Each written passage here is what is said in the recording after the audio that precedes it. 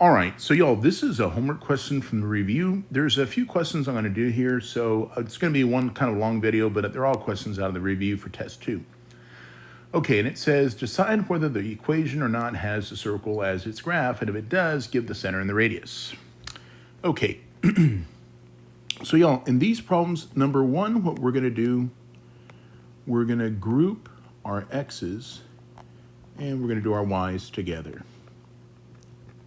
Okay, so y'all, what I mean by that is I'm going to write my problem here x squared, but then I'm going to put a 12x, I'm going to leave a little space, put y squared, and then I put my 6y, I'll leave a little space, and y'all, I'm going to take this 44 and I'm going to move it over.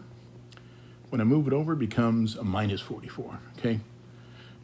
Step number 2, we're going to take the number in front of the x, but we're going to do it again in front of the y, and we're going to divide by 2, and then we're going to square it. Okay, so look, let's take the number in front of the x, 12.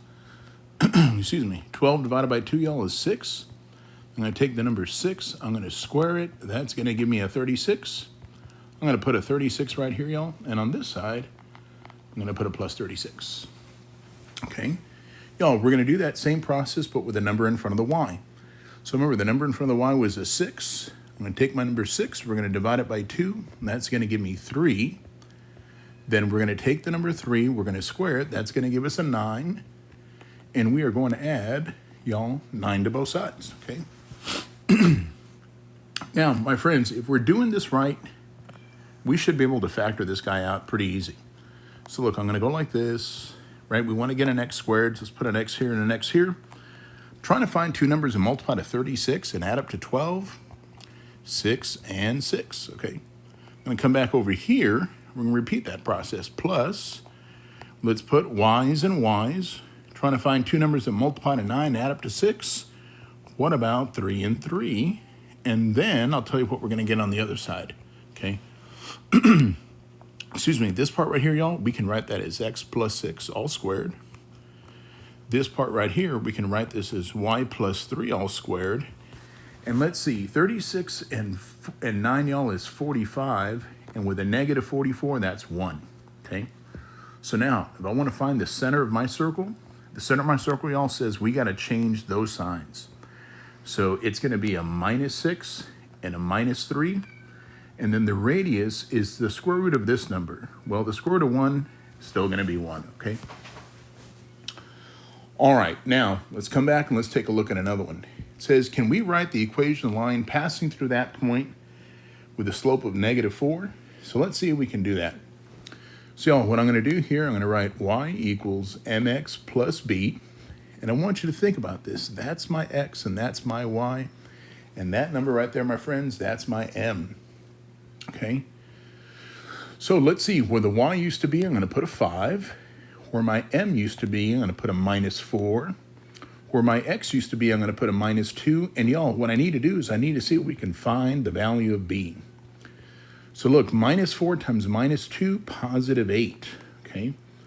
So look, y'all, if I go minus 8 on both sides, let's see, 5 minus 8, negative 3, there's my value of b, okay? So y'all, we already knew that m was a minus 4, and we just found b to be negative 3.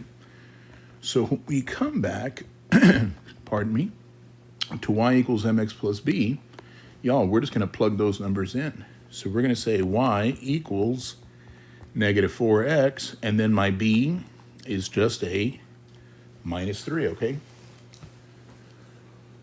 Alrighty, y'all, got two more questions, okay? This is number 22, again, out of the review. So let's see, it says, here is a point on the graph of y equals f of x. Okay, so look, y'all, my point is 6 and 11. Remember, my friends, this is my x number and that's my y number, okay? We're going to do two things.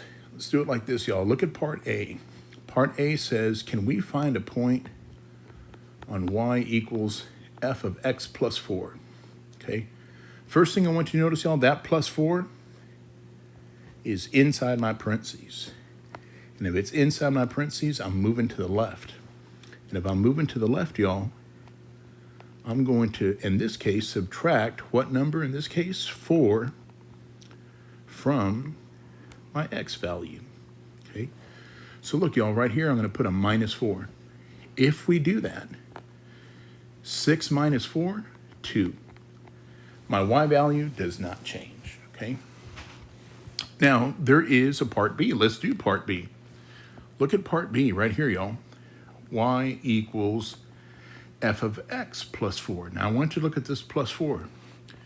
Y'all, that plus 4 is on the outside of my parentheses. That means we're going up.